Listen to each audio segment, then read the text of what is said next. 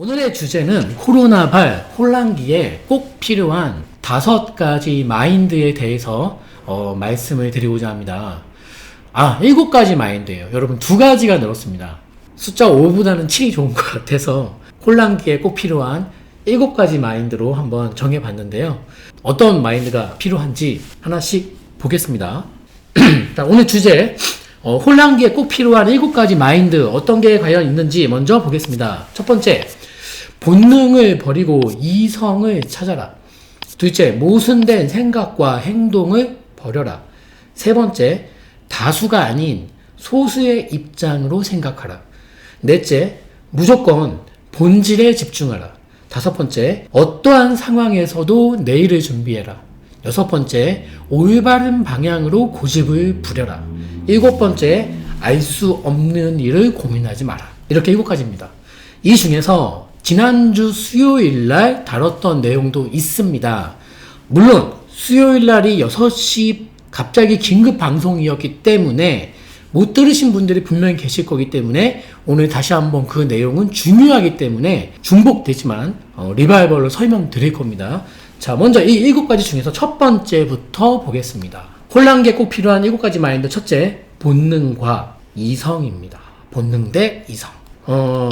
인간은 이성적인 동물이라고 아리스토텔레스가 얘기한 내용이죠. 이성. 그 이성은 후천적으로 만들어집니다. 우리가 어떤 국가나 사회, 가족, 이렇게 어떤 그 테두리에 속하면서 후천적으로 만들어지는 게 이성이라면, 본능은 인간이 탄생함으로써 그냥 근본적이고 자발적으로 부여되는 우리의 어떤 감정입니다. 그런데 우리가 엄청나게 슬프거나 엄청나게 기쁘면은 막 눈물이 나거나 웃음이 막 주체하지 못할 정도의 웃음이 나듯이 우리의 감정이 좋던 싫던 어느 한쪽으로 이렇게 극단적으로 쏠리게 되면은 본능이라는 감정이 그냥 드러나게 돼 있어요. 이성보다도 본능이 훨씬 더 중요한 판단 기준이 될 수밖에 없다라는 것이죠. 지금도 딱 보면은 좋은 게 안 보이지 않습니까, 여러분? 전부 다 악재고, 악재의 무게도 굉장히 무게감이 나가는 악재들이 많이 나와 있다 보니까 이러한 상황에서는 이해합니다. 당연히 감정이 먼저 나타날 수밖에 없는 것이죠. 그러니까 지금 오늘 알려드리는 이 7가지 마인드는 어디서 책에서 베낀 얘기들이 아니라 제가 재테크를 하면서 실제 느꼈던 것들, 그리고 내가 처음 재테크를 시작할 때 오류를 범했던 것들을 재테크를 통해서 깨달으면서 이걸 고쳐야지, 이거를 내가 고쳐야지 하는 것들이 쌓인 것들 중에 굉장히 많은 것들 중에서 일단은 지금 이 시국에 꼭 필요한 거 7가지 추려낸 겁니다. 그래서 저도 투자를 처음 했을 때는 감정에 이끌렸고 이게 그 등락 속에서 이 기분이 울고 웃고를 반복하다 보니까 이 감정, 이 본능과 이성을 내가 그 개념을 알면서도 내가 판단함에 있어서 이거를 활용하는 것은 굉장히 어렵다라는 것이죠. 자본주의 이 시장 자체가 국가가 사회가 만들어낸 시스템이고 굉장히 합리적인 시장입니다. 합리적이란 말의 뜻은 본질적으로 이성이 만들어낸 결과물이라는 것인데, 우리가 만약에 어떤 본능에 입각해서 의사결정을 했을 때 그렇게 성공적인 결과로 갈 수는 없다고 보는 것입니다. 지금도 본능은 뭐죠? 공포예요. 두려워요. 무서워요. 아무것도 하고 싶지가 않고 집 밖에 나가는 것 자체가 겁이 납니다. 집 밖에 나가는 것 자체가 무서운데 무슨 투자입니까? 그러니까 이게 본능이라는 것이죠. 그래서 제가 볼 때는 지금 우리 폭락론자 방송을 많이 보시는 분들, 예를 들면은 지금 어떤 폭락론에 휩싸여서 이 떨어지는 게 두렵고 걱정하는 것, 그리고 이 어떤 급락이 온다라면은 급락 후에, 그리고 이 악재가 떠나간다라면 분명히 반등할 수 있을 텐데 이러한 재반등을 염두하는 것, 이 둘 중에 여러분들 한번 판단해 보세요. 이 둘 중에 어떤 게 본능이고 어떤 게 이성인 겁니까? 제가 구태여 이거를 답을 나누진 않겠습니다만은, 무엇이 본능에 입각한 행동과 생각이며 무엇이 이성적인 판단과 행동인가, 이거를 한번 스스로 한번 생각을 해봤으면 좋겠습니다. 그러니까 이 감정에 너무 이끌리다 보니까, 그래서 첫 번째 가장 기초되는 얘기입니다. 본능을 버리고 이성을 찾자. 이성적으로 판단하자. 이거를 계속적으로 되뇌우시면은 서서히 마인드가 잡혀갑니다. 자, 두 번째. 모순과 망상입니다. 모순과 망상. 모순된 생각과 행동을 버려라. 이런 분들 상담하다 보면은 굉장히 많이 만나는 상담 사례입니다. 자, 어떠한 얘기를 꺼내시냐면은, 나는 무언가 사고 싶다라고 말씀을 하시면서 대신에 두 가지의 어떤 조건이 나한테 있었으면 좋겠다라고 얘기하십니다. 그 중에 첫 번째 조건이 나는 좀 저점에서 저렴할 때 사고 싶다. 저렴한 금액으로 잡고 싶다. 이게 이제 첫 번째로 얘기하시는 거고요. 두 번째는 대신에 사고는 싶은데 대신에 이 악재가 지금 많으니까 이 악재가 어느 정도 사라진 후에 사고 싶다. 이 두 가지를 참 많이 얘기하세요. 그러니까 10분 중에 거의 6명, 7명 정도는 이렇게 얘기를 하시는 거예요. 저렴할 때 사고 싶다. 그러면서 악재가 지금보다 어느 정도 사라진 후에 사고 싶다. 여러분 어떻게 생각하십니까? 저는 지금 이분의 요구사항과 이분의 어떤 전략, 이 계획이 굉장히 비현실적이고 모순된 상황을 꿈꾸는 거라고 보고 싶어요. 왜냐면 말입니다. 저점이라는 그 어떤 매수 타이밍과 악재는 공존하는 것이죠. 즉, 악재가 사라진 후라는 것은 저점이 아니라는 거 아니겠습니까? 그러니까 이게 제가 말씀드리는 모순이라는 것이고, 현실적으로 이루어질 수가 없다라는 얘기입니다. 그러니 이분은 이번뿐만이 아니라 5년 전에도, 10년 전에도, 15년 전에도 이 똑같은 전제 조건 속에서 스스로의 모순에서 헤어나오지 못하시는 분들이 정말 많으세요. 나는 죽어도 집을 안 사겠다는 게 아니라 이 두 가지 조건이 충족될 때 사고 싶다. 주식이든 부동산이든 말이죠. 그러니까 현실적으로 이런 일은 벌어질 수가 없기 때문에 모순인 것이고 이 전략은 잘못됐다는 소리입니다. 절대로 이런 일은 벌어질 수가 없어요. 그래서 우리가 여자가 남자를 만날 때도 잘못된 이상형을 쫓다가 이제 시집을 못 가는 경우가 많이 있지 않습니까? 주로 잘못된 이상형은 뭐죠? 운동 잘해야 되죠. 일단 키가 커야 돼. 키 커야 돼. 전 여기서 탈락이죠, 이제. 키 커야 되죠. 운동도 잘해야 되죠. 돈도 좀 있어야 돼요. 성격이 좋아서, 네? 주변에 막 사람들이 엄청나게 많아. 그러면서 마지막 뭐예요? 자기만 바라봐줘야 되는 남자. 이게 말이 됩니까? 아니, 키 크고, 공부 잘하고, 능력 있고, 돈도 많고, 성격도 좋아. 이런 남자가 어떻게 한 여자만 보겠어요? 그쵸? 안 되겠죠? 그러니까 모순인 거죠. 그러니까 비현실적인 거. 세상에 없는 걸 자꾸 찾는 것이죠. 제발, 현실로 돌아와서, 네. 키 큰 거 중요한 거 아닙니다. 네. 키 큰 거 중요한 거 아니에요. 네. 그러니까 이게 불가능한 소리 자꾸 하는 거야. 불가능한 소리요. 그래서 악재가 지나간 상태라면 저점은 이미 지난 거죠. 그러니까 비현실적인 거 그만 쫓고 어떻게 하자? 저점 매수가 아닐지라도 어떤 최저점에서의 매수가 아닐지라도 좀 현실적으로 가능한 전략을 세우시기 바랍니다. 여러분들의 생각하는 그게 스스로가 누군가에게 묻거나 어떤 당신이 나를 한번 봤을 때 내 생각이 어떻습니까? 라고 이렇게 좀 묻는 과정이 필요합니다. 왜냐면 우리는 인간은 누구나 다 내가 몰라요 하지만 내 생각이 맞다라는 그런 어떤 본능에 입각한 그런 감정을 갖고 있어요. 그 고집을 조금 내려놓고 내가 그동안 꿈꿔왔던 것들이 비현실적인가? 모순되나? 이것들을 좀 여러분 한번 판단해 볼 수 있는 기회를 이런 시국에 삼지 않으면 언제 한번 해보겠습니까?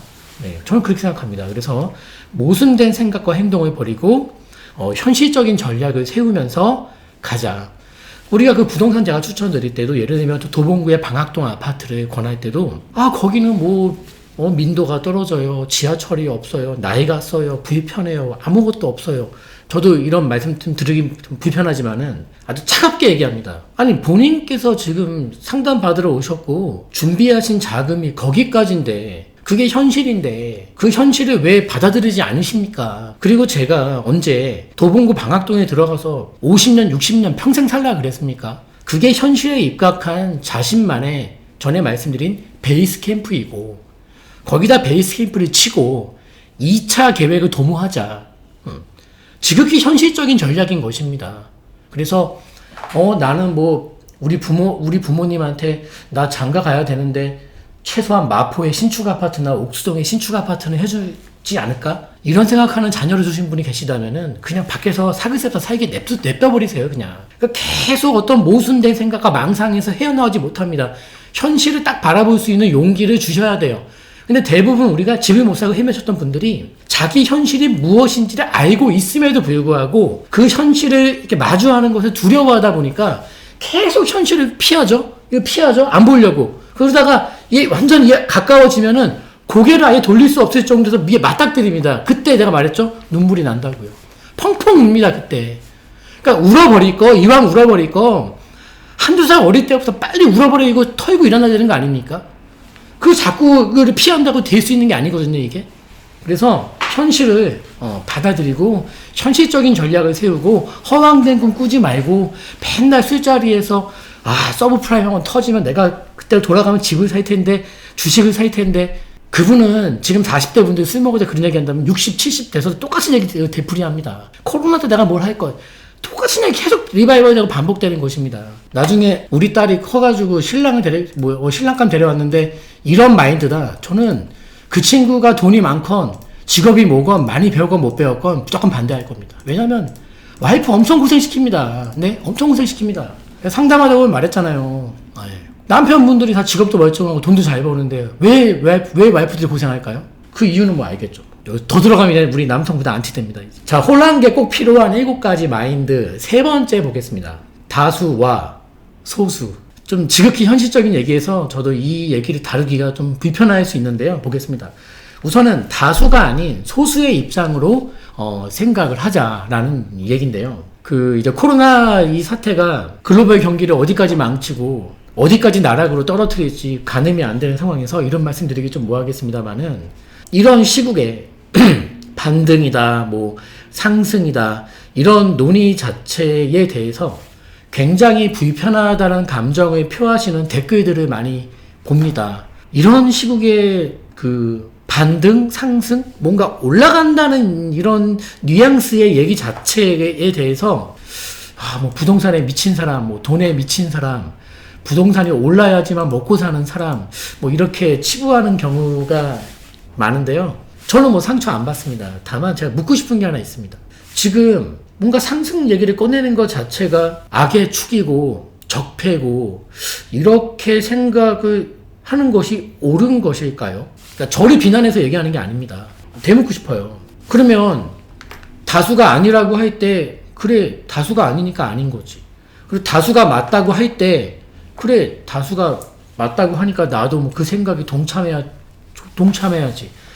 그렇게 해야지만 옳은 것이고 정의로운 것이고 합리적인 것입니까? 그렇다면은 우리나라를 비롯해서 전 세계 나라들이 다수가 생각하는 대로 나라가 움직이고 그 대다수들에게 공평한 기회가 부여된 겁니까? 저는 그렇게 생각하지 않거든요. 그리고 우리나라만 얘기 아니라 전 세계를 얘기하는 겁니다. 소수의 생각이 다수의 생각을 저는 지배한다고 봐요. 이거는 우리나라만 얘기 아니에요. 다수가 있어요. 예를 들면 선거나 투표를 볼까요? 선거나 투표만 놓고 본다면은 다수의 어떤 의견이 만들어져서 어떤 크고 어떤 뜻깊은 일을 만든 것 같죠? 하지만 그 다수가 어떠한 내가 선거를 해야 되고 어떠한 투표를 해야지라고 마음 먹게 되는 계기는 소수들이 만드는 겁니다. 일명 우리 상위 클래스에 계신 분들이 통치라는 전제하에 다수의 생각과 행동을 지배하는 거 아닙니까? 그게 아니라면 대한민국에는 부자가 정말 많아야 돼요. 더 많아야 돼요. 물론 자본주의 시스템상 부자는 늘어나는 것이죠. 부자가 감소하는 나라는 없습니다. 이 불경기 어려운 상황 속에서도 양극화가 벌어지는 것이지 부자가 감소하는 나라는 없습니다. 그러면은 대한민국 부자를 비롯해서 전 세계 부자들은 다수에 속합니까? 소수에 속하는 겁니까? 그래서 대한민국이든 다른 나라든 모든 나라는 다수가 행복하기보다는 소수가 행복한 나라입니다. 비단 우리나라만의 얘기가 아닙니다. 근데 마치 지금 다수로는 뭐죠? 이렇게 혼란스럽고 공포가 지배하는 패닉장에서 남들 다 몸살이고 있는데 왜 당신만 삐딱선에 타서 재반등할 수 있다. 코로나 끝난 이후를 한번 생각해 보자. 이게 왜 적폐의 생각인 겁니까? 아니 어려워도 내일을 한번 준비해 보자는데 그게 왜 적폐입니까? 왜 부동산과 돈에 미친 사람들이라고 지탄받아야 됩니까? 그리고 더 황당한 건 말입니다. 우리나라 개인 토지의 97%를 상위 10%가 소유하고 있습니다. 그리고 상위 1%는 무려 55.2%의 땅을 소유하고 있습니다. 대한민국은 다시 묻겠습니다. 대한민국은 다수가 행복한 나라입니까? 소수가 행복한 나라입니까? 대한민국은 다수가 지배하는 나라입니까? 소수가 지배하는 나라입니까? 이걸 보면서도 다수의 그 집단에 속해서 군집 논리대로 우왕좌왕해야 되고 1위 2위 하는 게 맞겠습니까? 저는 그렇게 살고 싶지가 않습니다. 한때 그렇게 살아왔었습니다. 남는 게 없더라고요. 앞이 보이지 않더라고요. 바뀔 게 아무것도 없더라고요. 그래서 소수를 쳐다봤습니다. 소수들은 물론 저와 다르게 행동하고 생각하고 있었습니다. 근데 그게 맞더라고요. 이게 말이 됩니까? 상위 10%가 개인 토지 97%를 갖고 있습니다. 이 틀이 바뀌겠습니까, 여러분? 그리고 1%가 55.2%라면은 10년 후에 이 통계 다시 본다면은 1%가 좋기 60% 넘게 소유하고 있을 겁니다. 1%가요. 우리 부자병법 구독자분들은 부디 다수가 아닌 소수의 생각으로, 소수의 입장으로 생각하고 판단하시기를 바라겠고, 소수의 생각과 입장으로 헤아리기 위해서는 말입니다. 용기가 필요합니다. 굉장히 어려운 일입니다. 나 혼자 어디 음산한 데 가서 외로이 죽음을 맞이할까? 아니면 이왕 죽을 거 남들과 다 같이 죽자. 그러니까 사람들이 이 후자를 택하는 분이 많으신 겁니다. 다만 이 전자의 생각, 음산한 데서 나 혼자 죽지 않을까? 죽지 않습니다. 자기 혼자 살게 됩니다. 우리 그 노자에 보면은 반자도지동이라는 말이 나옵니다.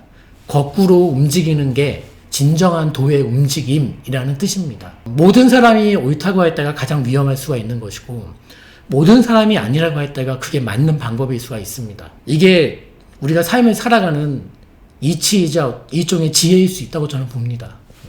우리 부자방법 구독자분들 용기 내시기 바라겠습니다. 자, 네 번째입니다. 네 번째. 혼란기에 꼭 필요한 7가지 마인드 중에서 네 번째입니다. 네 번째 아주 중요합니다. 어찌 보면 가장 중요한 것 같습니다. 그래서 내용이 좀 길 수 있습니다. 본질에 집중하라입니다. 본질에 집중하라.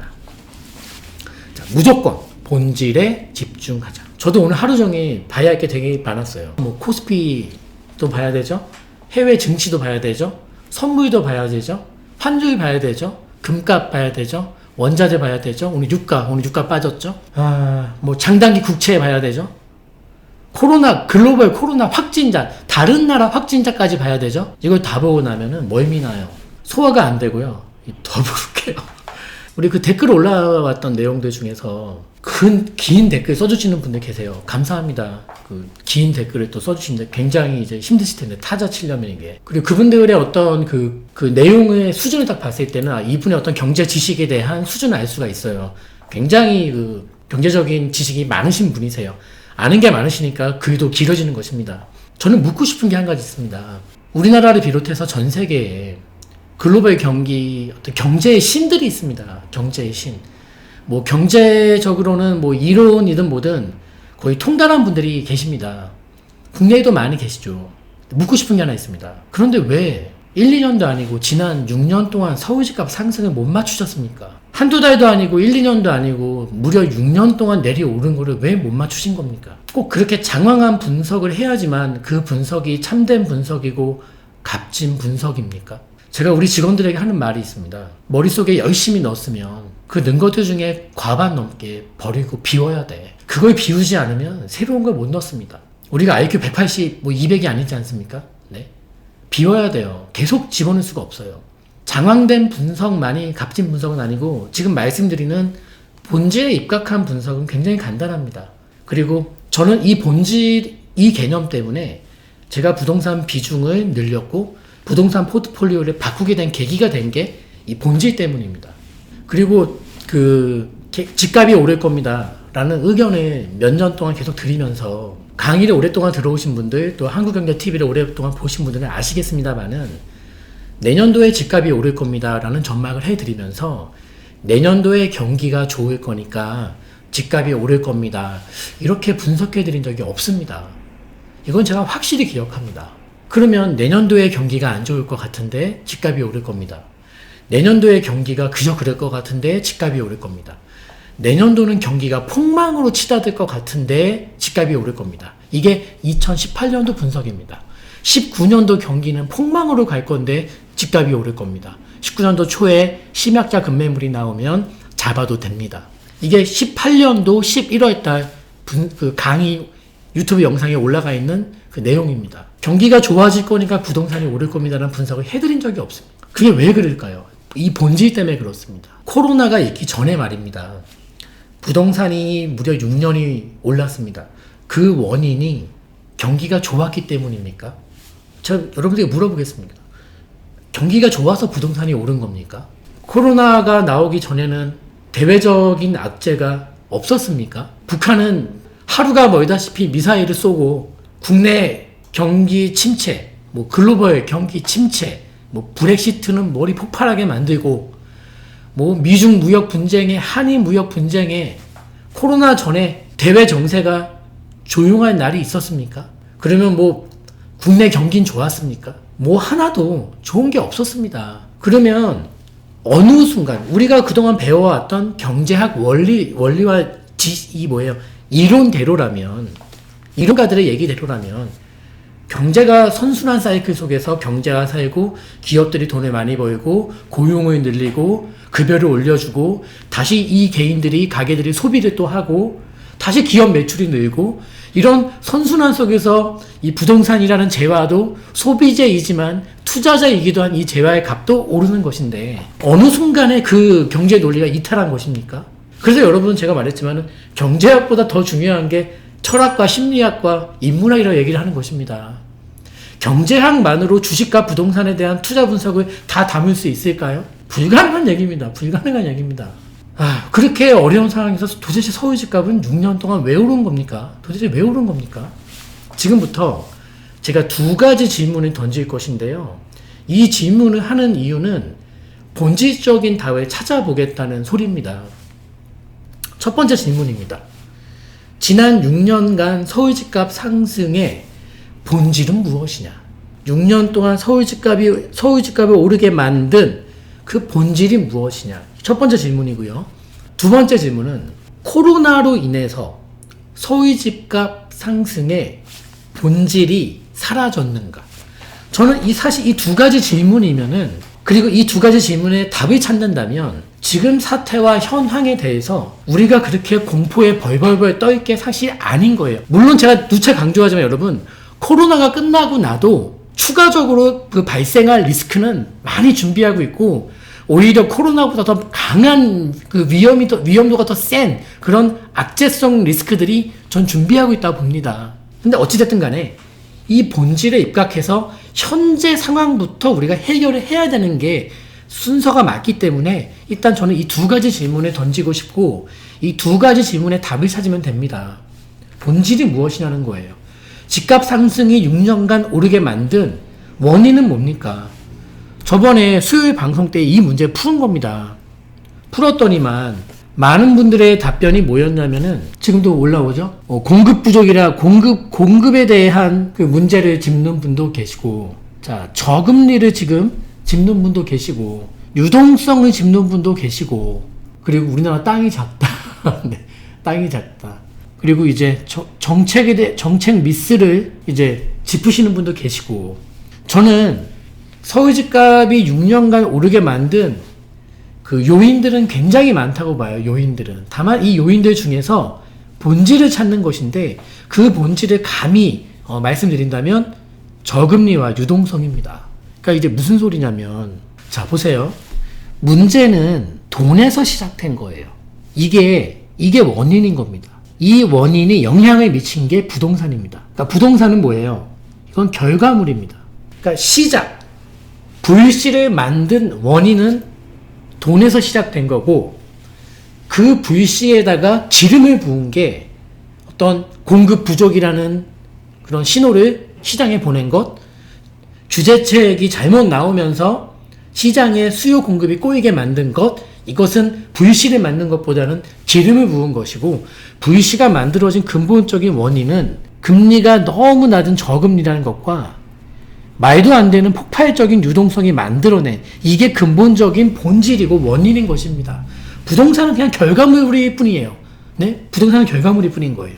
그럼 돌아와서 보면은 지난 6년간 서울집값을 오르게 만들었던 근본적인 본질의 요인은 돈이에요.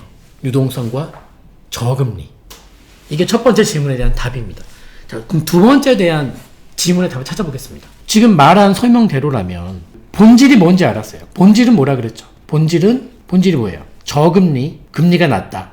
그 다음에 유동성이 너무 많다. 유동성이 너무 많다. 이 두 가지 요인이 지금 서울 집값이 잠잠한데 말입니다. 그럼 서울 집값이 잠잠해진 이유가 코로나가 이 집값 상승의 본질적 요인을 이걸 없애서 지금 서울 집값이 잠잠한 겁니까? 아니죠. 코로나로 인해서 결국 어떻게 됐죠? 저금리와 유동성 문제를 해소한 게 아니라 오히려 더 지금 촉발시키고 있죠. 금리를 더 낮추고 돈을 더 풉니다. 거꾸로 가고 있는 겁니다. 지금 거꾸로. 그러면 무슨 소리입니까? 지금 그러면 서울 집값은 왜 잠잠한 겁니까? 오히려 집값 상승의 본질적 요인에 더 큰 기름을 지금 불씨를 만들려고 촉발하고 있는데 왜 잠잠한 겁니까? 뭐예요? 이건 심리적인 요인이죠. 이게 한순간 바뀌는 순간 여러분 나중에 정말로 뒷감당 안 되는 일이 벌어질 수가 있습니다. 진짜로. 이게 되게 위험한 상황입니다. 지금도 이게. 본질이 뭔지 알았고 지금 코로나로 집값 상승이 잡혔다고 뉴스에 보니까 정부도 못 잡은 걸 코로나가 서울 집값을 잡았다. 이런 뉴스 나오더라고요. 코로나가 집값을 잡은 것은 뭐죠? 심리적인 요인 때문이지 본질적인 요인은 오히려 코로나로 인해서 지금 정부 정책이나 여러 가지 글로벌 정책 방향들이 뭐죠? 이 집값 상승 요인을 더 부추기는 쪽으로 완전히 그쪽으로 똑같이 180도 완전히 일치한 방향으로 가고 있는 거 아닙니까? 나중에 어쩌나 모르겠습니다. 진짜 이거. 본질이 사라진 겁니까? 사라지지 않았습니다. 오히려 집값 상승의 본질적인 요인을 더 키우는 형국이 돼버린 겁니다. 제발 잊지 마세요. 지금 여러분 지금 본질에 대해서 얘기하는 거예요. 본질. 자, 다섯 번째 마인드. 오늘 대 내일. 어떠한 상황에서든 내일을 준비하자. 어떠한 상황에서든. 그러니까 지금 이 현재 상황이 너무 몰두하지만 말고 내일을 준비해야 되는데 지금 현재가 너무 힘들다 보니까 무슨 내일이냐. 나 지금 죽겠다. 이렇게 힘들어 죽겠는데 무슨 내일이 어딨냐. 그러시면 안 돼요. 그리고 폭락론, 상승론 마치 이게 선과 악의 대결처럼 인식하는 분들이 계십니다. 누가 선이고 누가 악인 것이죠? 대중들이 있다면 그 대중들을 자신의 말과 생각대로 움직이게 할 수 있다라는 그런 생각과 행동? 이게 주로 정치인들이 지니고 있는 것이라면 저는 묻고 싶은 게 그 오만과의 위선이 폭락론 유튜버들에게 없을까요? 공포팔이를 해서 수십만의 구독자를 읽어서 수천만 원의 월 광고 수입을 내서 사람들에게 공포로 아까도 말씀드린 이성적 판단이 아닌 본능에 입각한 판단을 할 수 있도록 조장해서 돈을 버는 게 누가 선이고 누가 악인 것입니까? 국가든 경제든 한낱 개인이든 희망을 먹고 사는 겁니다. 희망이 없다라면 자본주의든 사회주의든 모든 시스템은 아무 의미가 없는 것입니다. 모든 나라, 전 국민은 열심히 노력하고 일할 필요가 없는 것입니다. 작은 희망을 보고 살아가는 것입니다. 근데 뭐죠? 어떻게 하면 사람들이 겁먹은 뉴스를 찾아야 되고 누가 선이고 누가 악인 것입니까 지금? 그리고 나쁜 망상이 지속되면 마치 현실처럼 이제 굳어지는데요. 이 자꾸 나쁜 거 여러분 자꾸 듣고 자꾸 생각하다 보면 이게 망상임에도 불구하고 계속 하다 보면은 이게 현실이 돼버리는데요. 제가 한번 망상의 현실화 단계를 한번 보여드릴게요. 망상의 현실화 단계입니다. 맨날 9시면 집에 들어오던 아내 말을 너무나도 잘 듣는 남편이 있다고 칩시다. 그 남편이 9시면 집에 딱 들어오는 남편이 밤 12시에 전화를 안 받는 거예요. 자, 이러한 분이 있다고 칩시다. 이러한 분이. 그래서 새벽 1시에 와이프가 전화했는데 전화에 꺼져 있는 거야. 네? 꺼져 있어요. 그러니까 무슨 생각하냐? 이제 망상이 이제 시작됩니다. 바람났구나. 바람났구나. 새벽 2시에도 전화가 꺼져 있어요. 바람나서 도망쳤구나. 새벽 3시가 되면은 바람나서 도망치다가 어디서 납치당했구나. 전화 안 받고 전화 꺼져 있으니까 9시면 나 집에 들어왔는데 아내 말을 그렇게 순종적으로 집에 들어오자마자 무릎부터 꿇는 그런 남편이 새벽에 전화를 안 받는 거야. 새벽 4시가 되면 이 사람이 이게 죽었구나. 이 인간 죽었구나. 죽은 거예요. 내 머릿속에 죽은 거야. 그러니까 이 망상이 현실화되고 있는 거예요, 지금요. 혼자 안 좋은 생각을 문득 하잖아요. 한 12시쯤에. 잠이 안 와. 새벽 1시가 되죠. 점점점 이게 극으로 치닫아요. 그러다가 새벽 4시 되면은 이게 굳어져요. 얘 죽었구나. 이거 이 사람, 우리 남편 단위가 이 존칭이죠, 존칭. 인간. 인간. 이 인간이 이제 같구나. 그러면서 이제 더 나아가면 이걸 뭐 시종신고를 해야 되냐, 뭐 어떻게 되냐, 그걸 알아보겠죠? 그러니까 이게 지금 여러분, 사실은 근데 그 남편이 핸드폰 충전도 못하고, 급하게 회식 자리 끌려가서, 상사가 처음 왔는데 술을 엄청 좋아하는데 술도 못 마시는 이 남편 술을 억지로 먹이게 해서 지지지 끌려다니다 뻗어버렸어. 불쌍한 사람인데, 그쵸? 집에서 아내는 이 바람났구나, 도망쳤구나, 납치당했구나, 죽었구나. 지금 제가 볼 땐 코로나가 한 새벽 1시쯤 된 것 같아요. 이 바람났구나. 이거 망했구나. 망했구나. 그러면 이제 새벽 2시 갈 거고요. 새벽 3시, 4시 갑니다. 어떻게 될까요? 그러니까 망상은 자유인데 그 망상이 나의 어떤 한 집안의 가장이 망상에 빠져버리게 되면 그 망상이 또 현실화가 돼버리게 되면은 가정 못 지킵니다. 네, 못 지켜요. 어떻게 지키겠습니까? 네. 안 좋은 생각은 해도 끝이 없는 거예요. 그 나쁜 상상이, 나쁜 생각과 망상이 머릿속에서 계속되면은 이게 현실로 굳어져 버리는 것이죠. 최근에 저랑 이제 상담하신 분인데 제가 그분에게 마지막에 드린 말이 있어요. 어머니 용기 내세요. 용기 내세요. 용기 내는데 돈 들어갑니까? 근데 그분이 용기를 내야 된다는 걸 알면서도 용기를 못 냈다. 그분이 탁 앉으면서 하시는 말씀, 첫 마디가 그였어요. 상담 오셔서 자리에 앉으시면서 하시는 말씀이 제가 여기까지 오는데 너무 큰 용기를 냈다고 얘기하시더라고요. 그러니까 상담 신청을 하고 시간을 잡아서 제 앞에 앉는 그거 자체가 본인에겐 큰 용기였다라는 거예요. 저는 그 정도 용기는, 그게 용기라면은 하루 종일 또는 어떤 일을 할 때마다 난관에 부딪힐 수밖에 없는 거잖아요. 그 상담 하나 받으러 오는 게 큰 용기라면, 그쵸? 그래서 제가 용기를 많이 내라 그래서 이 말씀 드렸어요. 용기를 내서 어떤 큰 일이 자기가 벌어지면 어떡하냐. 그냥 이대로 그냥 살까요? 근데 그분이 이 자리에 오신 게 뭐죠? 지금 이대로 사시는 게 만족할 수가 없고 이대로 사시는 게 힘드신 거예요. 그러면 그거를 타개하기 위해서는 용기를 내야 돼요. 변화를 줘야 되니까. 변화를 주는 것 자체는 큰 용기가 필요한 것입니다. 막말로 우리가 나 오늘부터 나 운동할래. 나 1시간씩 뛸래. 이거 여러분 큰 용기 없으면 못하는 일입니다. 결단력 없으면은. 그래서 제가 말씀드린 게 이겁니다. 어머니 용기를 내서 큰일이 잘못해서 큰일이 나는 것보다도 용기를 내지 않아서 큰일이 나는 경우가 더 많아요. 용기를 내서 잘못되는 것보다는 오히려 용기를 내지 않았기 때문에 큰일이 나고 잘못되는 경우가 많아요. 라고 답변을 드린 거예요. 말씀하시면서 내내 자녀분에게 미안하다라는 말씀을 자꾸 하셨어요. 우리 어머님께서. 그래요. 우리 부모님들 마음 다 똑같아요. 다 똑같아요. 지금 보시는 우리 구독자분들 중에 그 부모의 위치가 아닌 자녀의 위치로 지금 이 방송을 시청하는 분들이 계시다면 절대로 부모님과 언쟁하고 다툴 수는 있겠습니다만, 그쵸? 하지만 부모님이 자녀한테 너무 내가 미안한 마음을 갖게끔 하시면 안 됩니다. 네? 그거는 정말 큰 불효입니다. 그리고 이제 그거를 원치 않는 자녀분들이 또 제가 만나면 많아요. 네? 우리 자녀분들도 그렇게 막가파들이 없어요. 다 생각이 올바로 바뀐 사람들이 많으세요. 그러니까 부모님도 그걸 구태여 미안하다고 자꾸 얘기하시고 생각하실 필요가 없는 거예요. 네. 혼란기에 꼭 필요한 7가지 마인드 중에서 6번째 보겠습니다. 고집과 방향입니다. 고집과 방향. 올바른 방향으로 고집을 부려라. 고집은 중요합니다. 똥고집. 제 주변만 봐도 이 고집 없이 성공한 사람 없어요. 그런데 참 모순되게도 이 고집 때문에 실패하는 사람도 많아요.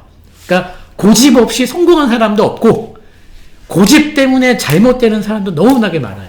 정말 많아요. 그놈의 똥고집. 집 사면 안 된다. 절대 집 사면 안 된다. 이 고집을 누가 꺾어? 못 꺾어. 이 고집을. 근데 제가 지금 이 제목처럼 고집을 부리더라도 방향이 잘 맞아떨어진 상태에서 고집을 부린다면 성공합니다. 그분은 정말 무슨 일을 해도 성공하고 어떠한 직업을 가져도 성공합니다. 그런데 방향은 잘못 잡은 상태에서 고집을 부리기 시작하면은 정말 이 배가 저 산 꼭대기까지 가도 멈추지 않습니다. 그러면 이게 여러분 절충이 돼서 이런 분들 계세요. 대화 나누다 보면 나는 아예 집을 절대 사면 안 된다고 생각하진 않아. 대신에 난 부동산이 내리면 살 거야. 난 이 고집 난 절대 안 꺾어. 난 내리면 살 거야. 그런데요. 제 경험상 기분 나쁘게 듣지 마십시오. 제 경험상 올라가는 장세에서 이 못 사본 사람이 떨어지는 시장에서 사는 경우 저 못 봤어요. 제 경험상 그래요. 아닐 수도 있겠지만은 대체로 올라가는 상승장에서도 못 잡으신 분이 내려가는 하락장에서 잡는다? 저는 본 적이 없어요. 근데 이게 사실 이게 자본주의는 여러분 올라가는 게 이게 정상인 겁니다. 오죽하면은 자전거에 비유했죠, 자본주의를. 페달이 멈추는 순간 자전거가 넘어진단 말이죠. 올라가는 게 정상인 것인데요. 이 올라가는 상황에서 매수하는 게 가장 기본적인 경험입니다. 제 논리는 그렇습니다. 이 올라가는 장에서 매수하는 게 가장 기본적인 경험인데 그 기본적인 경험 없이 내리막에서 매수를 한다? 불가능한 말이라고 봐요. 이건 거의 불가능한 소리입니다. 근데 여러분 보세요. 상승기에 매수를 못했는데 하락장에서 매수를 한다?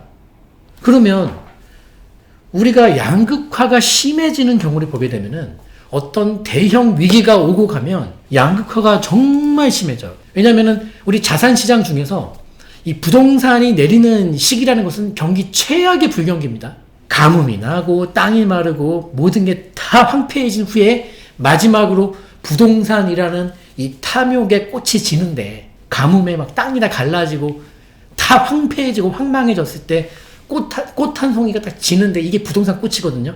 주식은 이 꽃이 아니에요. 자본주의 꽃은 부동산입니다.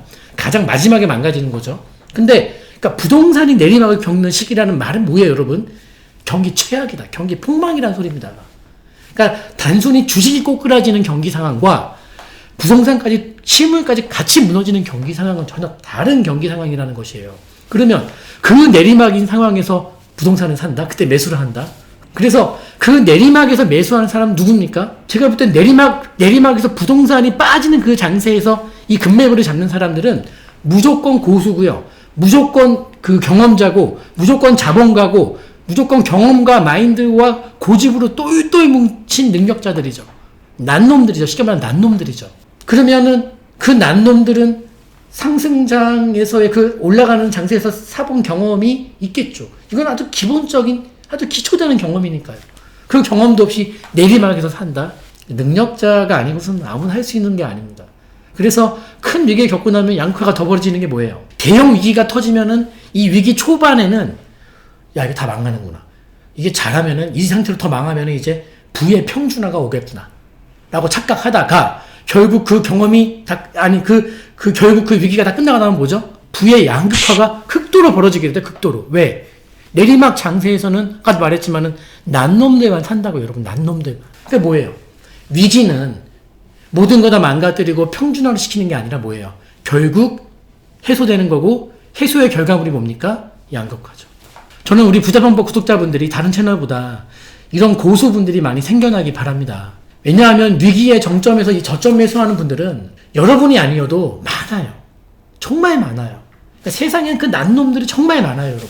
꼭 그 사이에 우리 부자방법 구독자분들이 끼기 바랍니다. 네. 마지막. 혼란기에 꼭 필요한 7가지 마인드 마지막. 할 수 없고 알 수 없는 일을 고민하지 말자. 알 수 없는 일과 알 수 있는 일과 알 수 없는 일을 구분하자입니다. 다는 아닙니다. 다만 대체로 우리 고민을 보게 되면은 우리 고민이 우리가 어떻게 그 고민을 풀 수 없고 그리고 내가 알 수 없는 일들을 고민하는 분들이 많으세요. 그러니까 저는 내가 고민이 있으면은 이 고민이 만약에 정말 막 1시간 넘게 고민을 하는 고민이라면은 고민 그만합니다.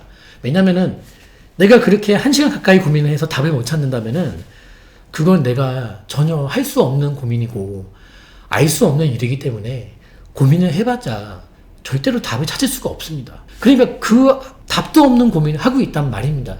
그러니까 전체는 아니어도 대부분의 고민이 그렇고 최근 고민이 거의 그런 고민이 많습니다. 그렇다면 제가 알 수 없는 일과 알 수 있는 일을 한번 구분해서 보겠습니다.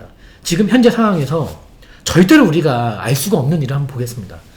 코로나 치료제가 언제 나오냐? 코로나 치료제 언제 나오냐? 그리고 그래서 치료제 언제 개발해서 이 코로나 도대체 언제 끝나냐? 근데 이렇게 다니다 보면은 술자리 같은 데서 다 이 얘기하고 있어요. 옆 테이블에서. 코로나 언제 끝나고 치료제 언제 나오냐? 그거 왜 논의하고 있고 왜 고민하고 있죠? 그 고민한다고 알 수 있는 일입니까? 아니면 본인이 치료제 개발을 할 수 있는 일입니까? 전 인류 중에 지금 이 고민이 풀려있는 생존해 있는 인류가 있습니까? 그럼 뭐하러 고민하고 있습니까? 아무 답도 없는 거. 이 코로나를 억지로 부동산에 접목해서 해석하려고 하는 영상들을 봅니다. 왜 그럽니까? 그거 왜 알지도 못할 일을 억지로 엮어가지고 코로나와 부동산, 코로나와 주식을 엮어서 가야 됩니까? 주가 바닥도 마찬가지입니다. 주가, 이 코로나 사태로 인해서 도대체 전 세계 주식이, 코스피가 얼마까지 빠질지 그걸 어떻게 합니까? 그냥 저점 비슷하면 분할 매수 들어가라고 급락시 분할 매수, 이게 우리가 할 수 있는 유일한 전략인 것입니다.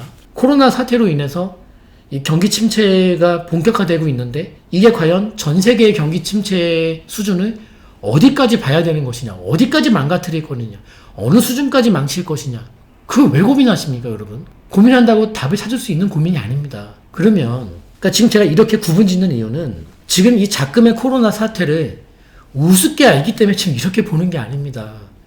가뜩이나 우리가 하루에 봐야 될 게 많고 생각해야 될 게 많습니다. 그런데 이 상황에서 할 수 없는 일까지, 알 수 없는 일까지 고민해야 되는 겁니까? 머리가 이렇게 아픈데 말입니다.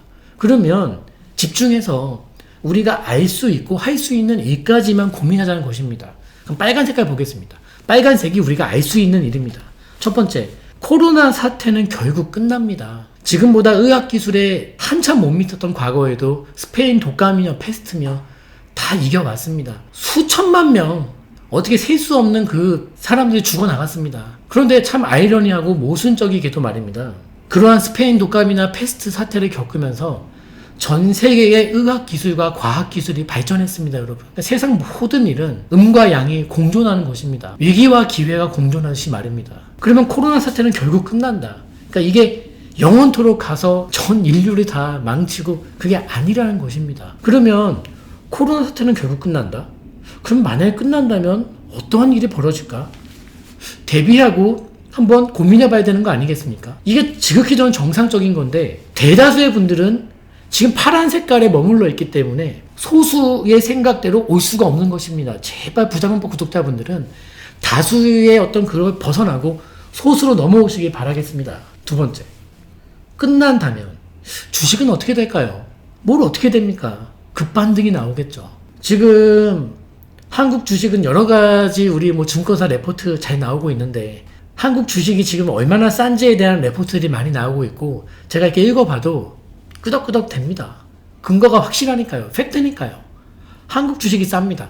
근데 한 가지 제가 한국 주식에 대해서 회의감을 느끼는 것은 주식은 내일을 먹고 미래가 반영되는 게 주식인데 한국의 내일이 밝고 미래가 밝아서라기보다도 그냥 현재 가치가 싸단 소리입니다. 그건 참 씁쓸한 결과이기도 합니다. 지금 가치 자체가 참 쌉니다. 한국 주식은요. 세 번째, 코로나가 떠나도 부양책은 남는다. 이 주제로 지난주 수요일날 6시에 생방송을 했었죠. 이렇게 보셔야 됩니다. 지금 각국이 이 코로나 사태에 대응하는 대응책을 보십시오. 돈을 풀고 있습니다. 물론 미국에서 돈을 푸는 것은 말도 안 되는 우리 2008년도 금융위기 때와는 비교도 못할 정도의 막대한, 정말 비교가 안 됩니다. 그 당시 리먼 사태 때와는 아예 비교가 안 됩니다. 그 다음에 우리 유럽발 금융위기 때와는 비교가 안 될 정도의 돈이 지금 풀리는 것인데요. 물론 이번에 돈을 푸는 것은 코로나 하나만으로 푸는 건 아닙니다. 코로나와 그리고 코로나가 있기 전부터 본연에 안고 있던 미국의 숙제죠. 우리 셰일 기업들 주도산 리스크, 이것 때문에 지금 돈을 막대하게 푸는 것입니다. 자, 그런데 그게 만약에 코로나 끝나고 난다면 지금 말도 못하게 풀리는 이 돈들이, 이 부양책들이 남게 됩니다. 그러니까 코로나는 안녕, 난 이제 사라질게. 그 후에도 부양책이 남게 된다는 얘기입니다. 제 말은요. 그러면 돈이 너무 많이 풀렸어. 그때가 돈이 너무 많이 풀렸어. 야, 금리 대폭 올려야 돼. 대폭 올리겠죠. 근데 이미 풀려버린 돈들이 너무나도 많을 거란 소리입니다. 제 말은요. 어떻게 될까요? 지금 유동성에 대한 이 잘못되면 정말 잘못 때문이 아니라 제가 코로나 이후에도 이 부양책을 토대로 과잉 유동성에 대한 부작용으로 인해서 주식이며 부동산이며 실물이며 한번 또 골치 아픈 일이 한번 벌어질 것 같은데, 네, 올라간다는 소리겠죠? 근데 결국 또 뭐냐면 더 길게 본다면은 과잉 유동성, 즉 유동성이란 말은 다른 말로 빚입니다. 빚. 이 역공이 시작되게 되면은 그게 중국에서 먼저 시작될지 미국에서 먼저 시작될지 모르겠습니다만은 저는 이 두 차례 아주 대형 리스크를 보고 있거든요. 근데 그 대형 리스크가 오기 전에 일단은 부양책이 남으면서 유동성 사태로 인한 부작용을 초래할 것이다. 네 번째, 아까도 말했죠. 부동산 상승의 본질적 요인은 올라가고 있다. 금리를 낮추고 유동성 풍선에 더 큰 바람을 지금 집어넣고 있죠. 그래서 경기 부양책 이번에 나온 것들은 경기 부양책 나오고 나서 미증시가 그래도 떨어지다 보니까 막 경기 부양책도 효과가 없다 막 이런 뉴스가 부양책 발표 며칠 동안 나왔는데 굉장히 섣부른 단정이죠. 이 부양책은 효과가 없을 수가 없을 정도의 큰 상황입니다. 다만 그 부양책 효과로 인해서 얻을 것도 있겠지만은 종국적으로 이 부양책의 부작용이 우리가 이제 맞닥뜨리게 된다. 그 첫 번째로 직면할 부작용은 뭐다? 유동성과 저금리로 인해서 특히 이 유동성 이 사태로 인해서 특히 이 실물 쪽의 어떤 과잉 상승을 이게 촉발할 만한 그 리스크가 있고 그 더 길게 봤을 때는 그 빚의 복수가 시작된다. 코로나보다 더 심각한 사태가 벌어질 수 있다. 일단 우리는 이 원스텝만 보죠. 원스텝. 그리고 이 코로나가 떠나도 말했죠. 이 과잉 대응책의 부작용을 조심하자. 그래서 뭐다? 할 수 있는 일, 할 수 없는 일, 그 다음에 알 수 있는 일, 알 수 없는 일을 구분하자. 그리고 우리가 알 수 있는 것만 고민하자. 자, 오늘 혼란기에 꼭 필요한 7가지 마인드 배웠습니다. 다시 한번 여러분 한번 쭉 읽어보시고 저는 이런 말씀 드리고 싶습니다. 우리 군대 남자분들 중에 군대 뭐 다들 갔다 오셨죠. 저는 이제 강원도 이제 화천 27사 이기자 부대를 제가 이제 다녀온 곳인데 저는 28사가 잘못 말해서 죄송합니다. 27사입니다. 이기자 부대는 27사입니다. 우리 남자분들 모여서 군대 얘기하면 끝도 없는데 여자분들 제일 싫어하죠.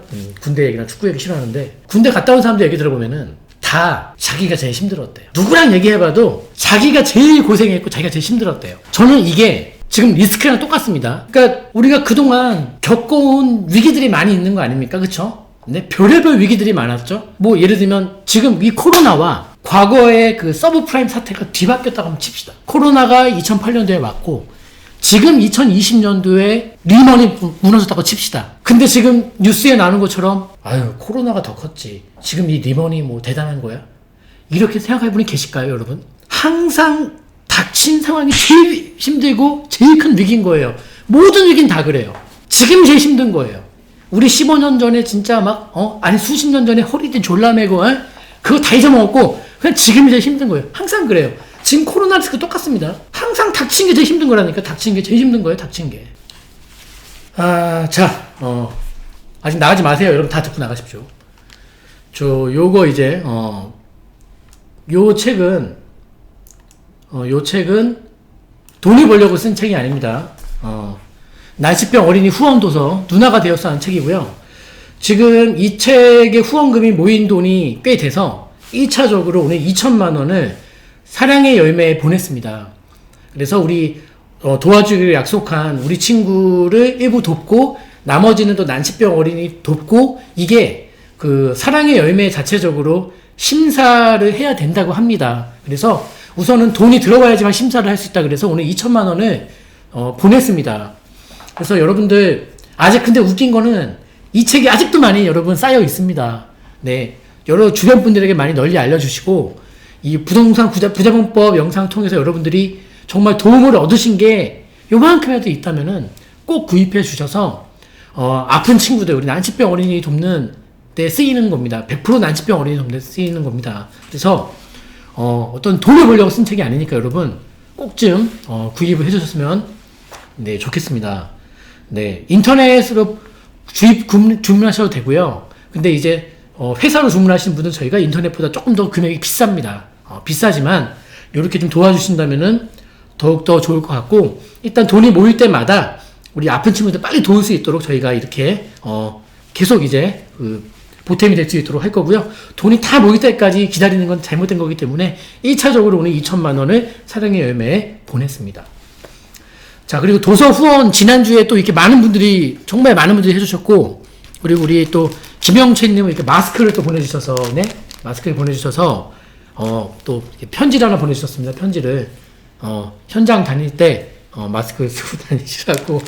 네, 감사합니다. 우리 직원들 다 함께 마스크 나눠 쓰겠습니다. 그래서 이외에 많은 분들이, 지난 한 주에 또 많은 분들이 지금 누나가 되었어라는 책, 난치병 어린이 돕는 책을 주문해 주셔서 정말 감사하고, 네, 지금 요 부동산 얘기만 듣고 나가시는 분들 그러시면 안 돼요. 다 듣고 나가십시오. 다 듣고 나가십시오. 네, 그렇게 해주시고.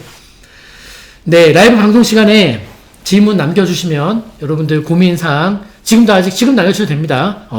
고민사항 들어서 저희가 한 10분 정도, 매주 10분 정도, 무료로 그 채택된 답변에 대해서, 질문에 대해서 답변 올려드리겠습니다.